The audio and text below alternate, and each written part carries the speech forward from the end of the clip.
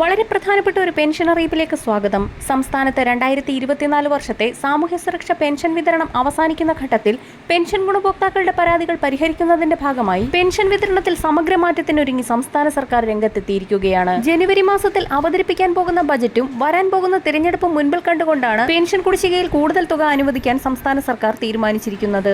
ആദ്യഘട്ടത്തിൽ bank account നമ്പറുകൾ നൽകിയിട്ടുള്ള 26 ലക്ഷത്തോളം വരുന്ന ആളുകൾക്ക് തുക കൈമാറും. അതിനുശേഷം കൈകളിലേക്കുള്ള വിതരണവും ആരംഭിക്കും. ജനുവരി മാസം മുതൽ പുതിയ പെൻഷൻ വിതരണ ലിസ്റ്റിന്റെ അടിസ്ഥാനത്തിൽ വിതരണം ആരംഭിക്കുന്നതിന്റെ ഭാഗമായി പെൻഷൻ ഗുണഭോക്താക്കളുടെ വിവരങ്ങൾ വിവിധ തദ്ദേശ സ്വയംഭരണ സ്ഥാപനങ്ങളിൽ നിന്നും ശേഖരിക്കുന്നതിനുള്ള നടപടികൾ സംസ്ഥാന സർക്കാരിന്റെ ഭാഗത്തു നിന്നും ആരംഭിച്ചു. വിവിധ സ്കീമുകളിലായി പെൻഷൻ തുക കൈപ്പറ്റുന്ന 8 ലക്ഷത്തോളം വരുന്ന ആളുകൾക്ക് 200 മുതൽ 500 വരെയുള്ള കേന്ദ്രവിഹിതം കൂടി ചേർത്ത് പെൻഷൻ തുക എത്തിച്ചേരും. 50 വയസ്സ് കഴിഞ്ഞ അവിവാഹിതകൾക്കുള്ള പെൻഷൻ, ഇന്ദിരാഗാന്ധി ദേശീയ ഭിന്നശേഷി പെൻഷൻ, ഇന്ദിരാഗാന്ധി ദേശീയ വിധവ വാർദ്ധക്യകാല പെൻഷൻ, കർഷക തൊഴിലാളി പെൻഷനുകൾ, സർക്കാർ ജീവനക്കാർക്കുള്ള OPS, NPS, PF പെൻഷൻ, വിവിധ ക്ഷേമനിധി ബോർഡുകൾ നൽകുന്ന പെൻഷനുകൾ തുടങ്ങിയവയും വിതരണം ചെയ്യും. സാമൂഹ്യ സുരക്ഷാ പെൻഷനുകളുടെ അർഹത, വിതരണം, നടപടിക്രമം എന്നിവ സംബന്ധിച്ച് വിവിധ ഉത്തരവുകളെല്ലാം ക്രോഡീകരിച്ച് പുതിയൊരു ഉത്തരവിറക്കിയിട്ടുണ്ട്. ഡിസംബർ മാസത്തിലെ പെൻഷൻ വിതരണം തിങ്കളാഴ്ച ആരംഭിക്കാൻ പോകുന്ന സാഹചര്യത്തിലാണ് ഗുണഭോക്താക്കൾക്ക് ആശ്വാസകരമായ മറ്റൊരു അറിയിപ്പ് കൂടി എത്തിയിരിക്കുന്നത്.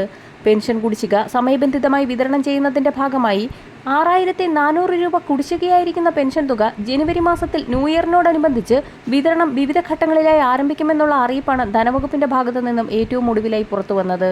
ഇതോടൊപ്പം തന്നെ സംസ്ഥാനത്ത് നവംബർ 6 മുതൽ വിതരണം ആരംഭിച്ച പെൻഷൻ തുക ലഭ്യമായിട്ടില്ലാത്ത ഗുണഭോക്താക്കൾക്ക് ഇതുകൂടി ചേർത്ത് 3200 രൂപ വീതം എത്തിച്ചേരും. അനർഹരെ കണ്ടെത്തുന്നതിന്റെ ഭാഗമായി മൃഗസംരക്ഷണ വകുപ്പിലെ ഒരു ഡോക്ടർ അടക്കം 72 പേരുടെ പുതിയ പട്ടിക ഇന്നലെ ധനവകുപ്പ് പ്രസിദ്ധീകരിച്ചു. ഇവർക്കെതിരെ ഇതുവരെ കൈപ്പറ്റിയ പെൻഷൻ തുക 18% പലിശയടക്കം തിരിച്ചടയ്ക്കാൻ സർക്കാർ നിർദ്ദേശം നൽകി. വരും ദിവസങ്ങളിൽ വാർഡ് തല പരിശോധനകൾ കൂടുതൽ കർശനമാക്കുമ്പോൾ പെൻഷൻ പട്ടികയിൽ ഉൾപ്പെട്ട നിരവധി ഗുണഭോക്താക്കൾ പട്ടികയ്ക്ക് പുറത്താകും. വരും ദിവസങ്ങളിലെ പെൻഷൻ അറിയിപ്പുകൾക്കായി ചാനൽ സബ്സ്ക്രൈബ് ചെയ്യാൻ മറക്കാതിരിക്കുക.